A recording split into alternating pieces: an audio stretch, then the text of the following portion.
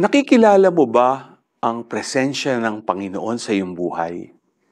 Sa gospel, nung bumaba si Jesus sa boat ay agad siyang nakilala ng mga tao.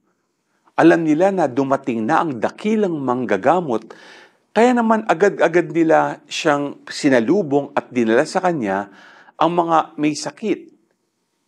Kaya lang kung minsan sa ating buhay, hindi tayo ganon kabilis sa pagkilala kay Jesus in our midst. Siguro nahihirapan din tayong makilala ang anak ng Diyos dahil sa ating karanasan sa ating kapwa na hindi mapagkatiwalaan, sa kapwang naging dahilan ng ating kalbaryong dinaraanan, o sa kaibigang hindi maaasahan kung kailan pinakakailangan. Today we are called to set aside these negative experiences and look to Jesus, the healer of our bodies and spirits.